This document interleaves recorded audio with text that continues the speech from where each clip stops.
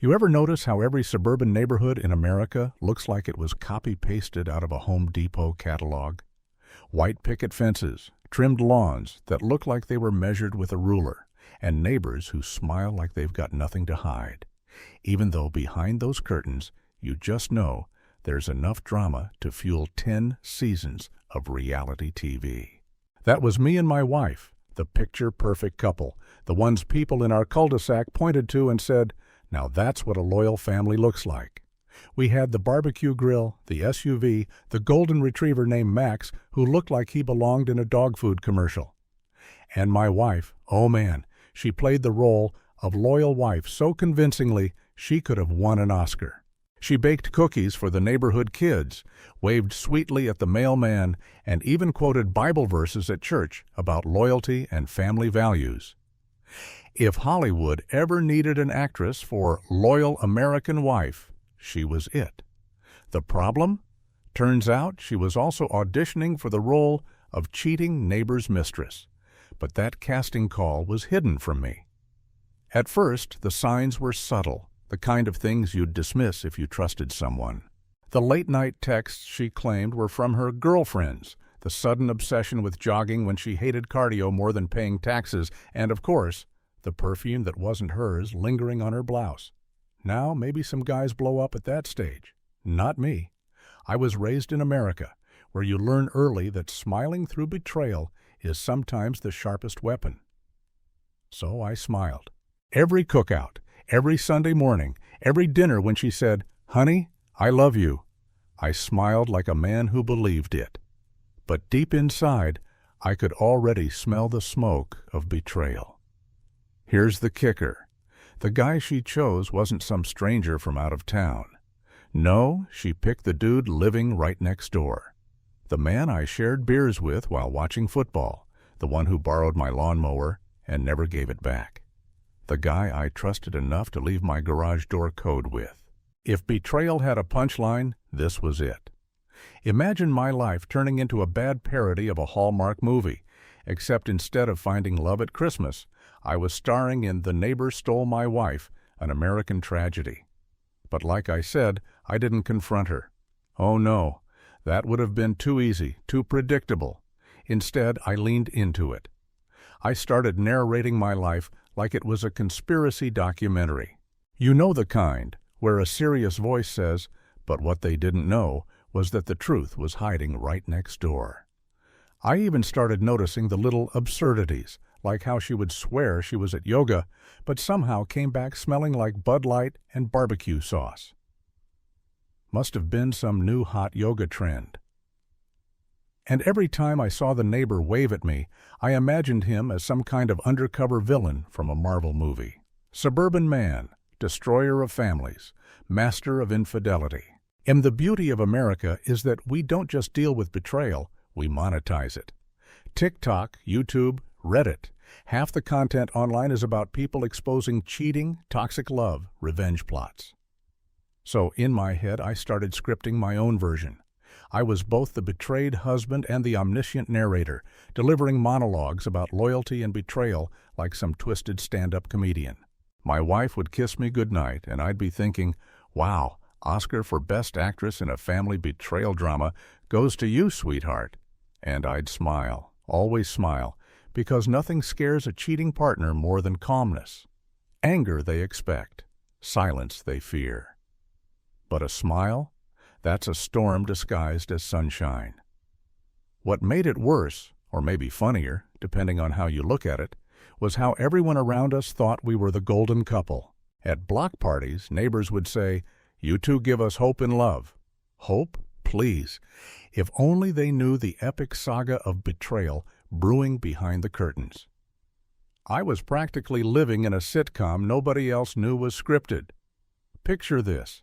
She's standing by the grill, laughing with the neighbor while I hand out beers, and I'm just there, smiling like a man who already knows the plot twist but isn't spoiling it for anyone, but inside I was already planning.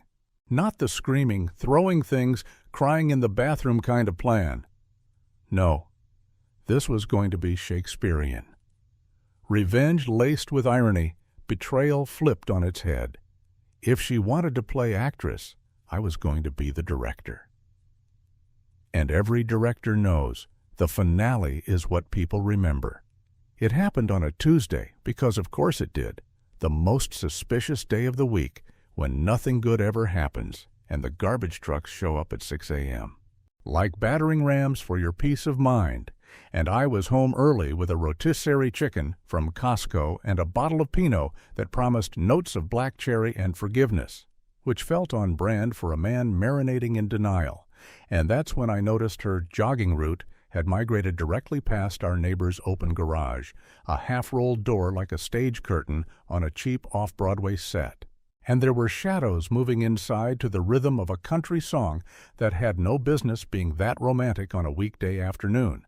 So I did what any calm American husband possessed by equal parts politeness and revenge would do.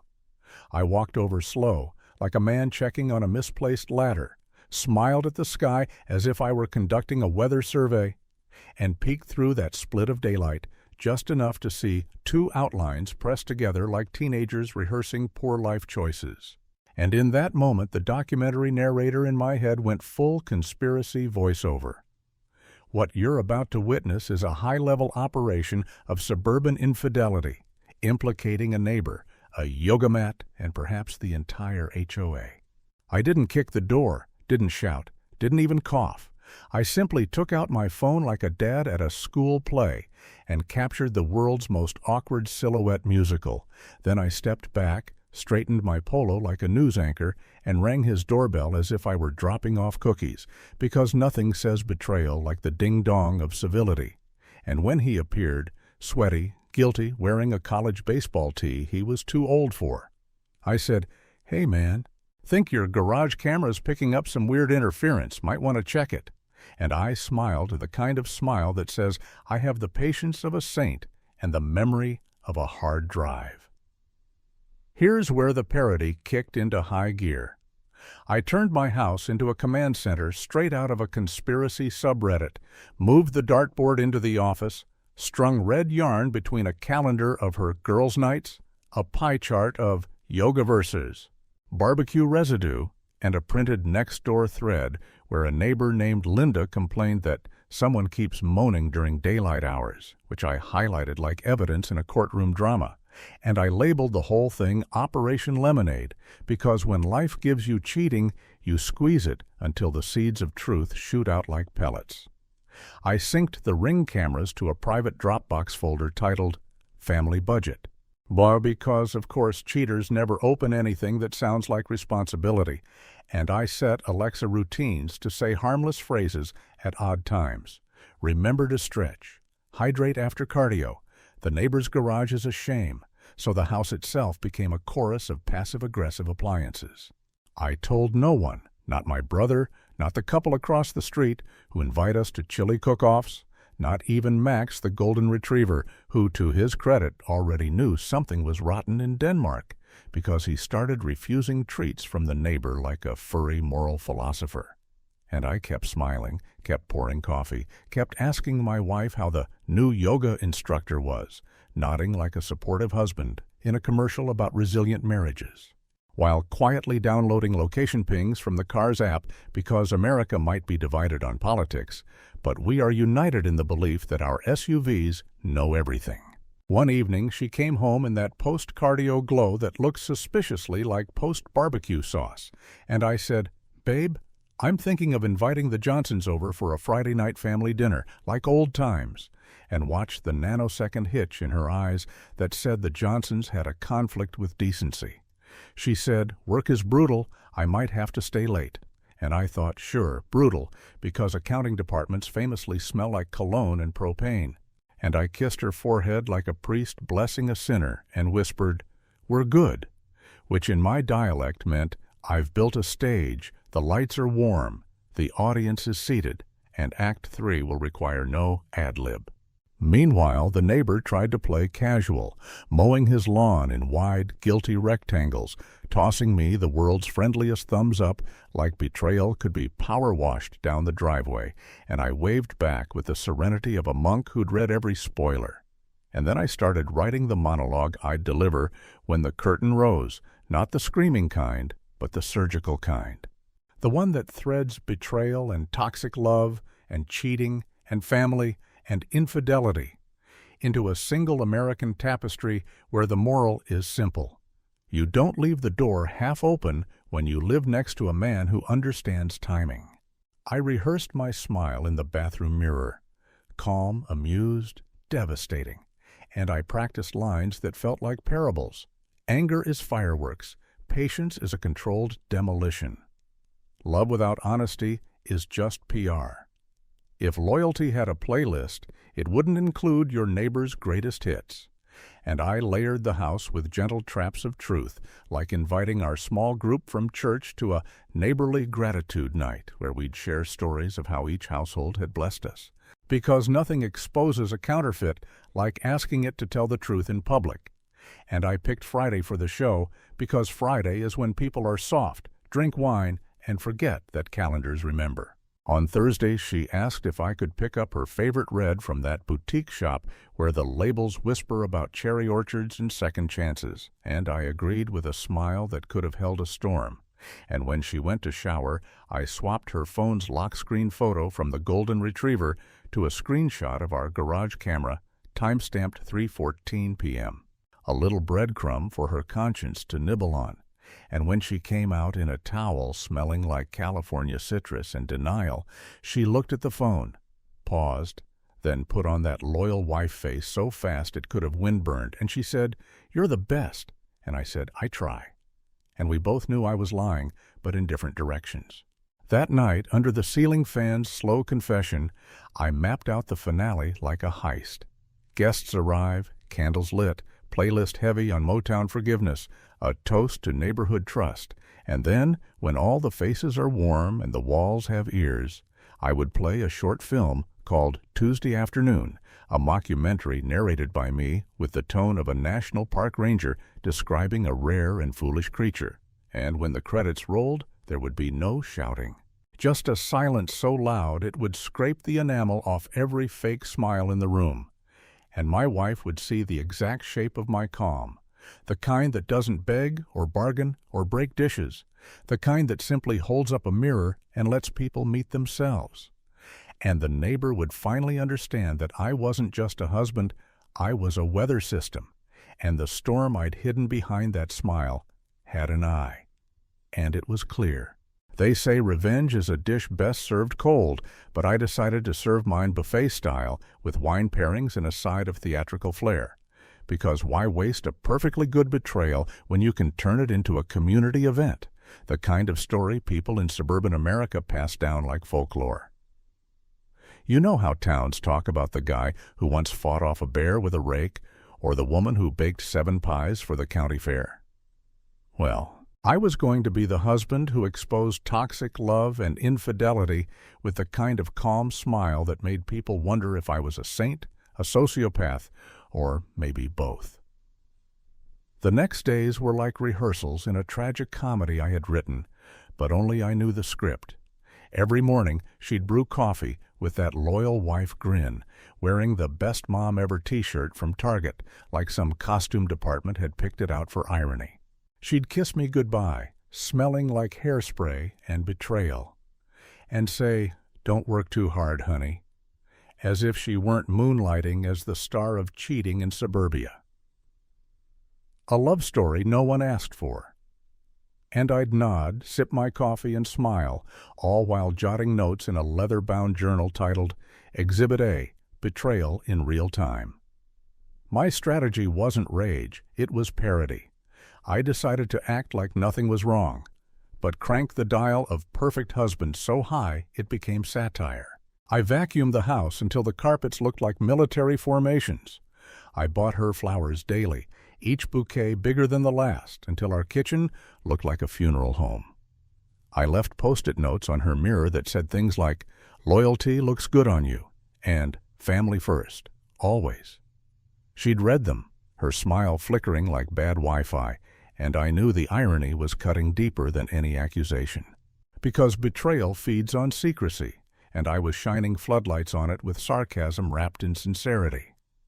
Meanwhile, the neighbor tried to keep up his role as good old buddy, waving at me while taking out his trash, which for some reason always seemed heavier on Tuesdays. He'd call out, "Hey man, game this Sunday?" And I'd shout back, "Wouldn't miss it for the world, pal. Gotta keep family close, right?" The way he winced, you'd think I'd fired a bullet made of words. At night, I'd lie next to her while she scrolled TikTok, pretending to laugh at dance videos, and I'd whisper, "Isn't it crazy how cheating stories always go viral? People love watching betrayals unravel." She'd nod stiffly, eyes glued to her phone, praying I was talking about strangers. But the truth was, I was the director, the producer, the main character of this reality show, and she was merely waiting for the scene where she'd be caught mid-lie with no script.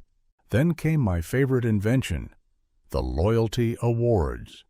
Yes, I printed fake invitations, complete with gold seals and RSVP instructions, announcing a neighborhood celebration for couples who embody trust, honesty, and family values. I slipped one into our mailbox, one into the neighbors, and spread whispers about it at church. My wife read the invitation out loud at dinner, laughed nervously, and asked, "Is this real?" And I, with the calm of a man folding laundry, said, "Oh yeah, totally real. Loyalty deserves recognition. Don't you think?" Her fork froze midair. The silence that followed was sweeter than any dessert. The psychological games were working. She started to overcompensate, cooking dinners she hadn't made in years, dragging me into photo ops for Instagram with captions like, "My rock, my everything, had family first." And I played along, grinning like the proud fool, knowing every like and heart emoji was just digital confetti on a marriage already burning down. But here's the twist. I didn't want to destroy her in private. No, America loves a spectacle. From baseball games to political scandals, we crave the public unmasking, the climax where everyone gasps together. So I arranged the family dinner. Friday night, our living room lit with candles, Motown humming in the background, wine glasses full, neighbors gathered. I was host, comedian, preacher, and executioner all at once. Before the meal, I raised my glass and said, "Tonight, we celebrate what makes us strong. Loyalty, family, love that survives storms." She nodded quickly, eyes darting to the neighbor, whose forehead was sweating like a man on trial. Then, with the push of a button on the remote, I dimmed the lights and projected a short film on our flat screen, narrated by yours truly, with the soothing tone of a National Geographic special. "Observe," my voice said, as the screen showed grainy garage footage. In its natural habitat, the suburban cheater thrives under the illusion of secrecy. Watch as it forages for validation in the wrong backyard. Note the lack of camouflage, the misplaced loyalty, the toxic love that blinds its prey. The room fell silent. Forks clinked. Someone coughed. My wife's hand trembled. The neighbor shifted in his chair like a man hoping for a trapdoor. And I smiled, calm, almost amused, sipping my wine, as if I hadn't just detonated a social nuclear bomb in my own living room. This wasn't rage, wasn't chaos. It was art. Betrayal had written the script, but revenge had perfected the delivery.